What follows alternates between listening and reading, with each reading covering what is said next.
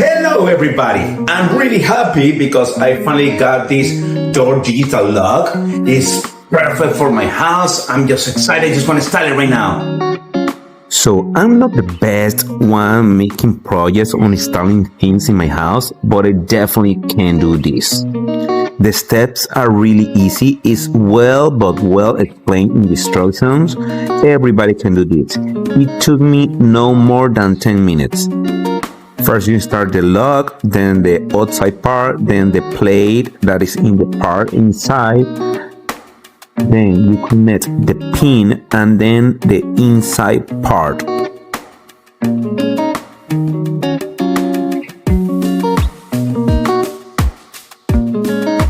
Batteries on, and that's it.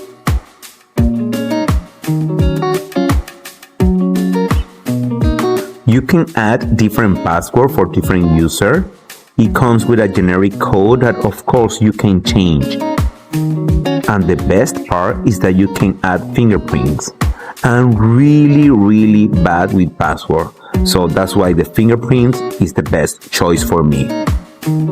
You can add different fingerprints for different users. It's the best choice ever. With this lock, no more keys, and once again, everybody can install this. Best smart lock in the market.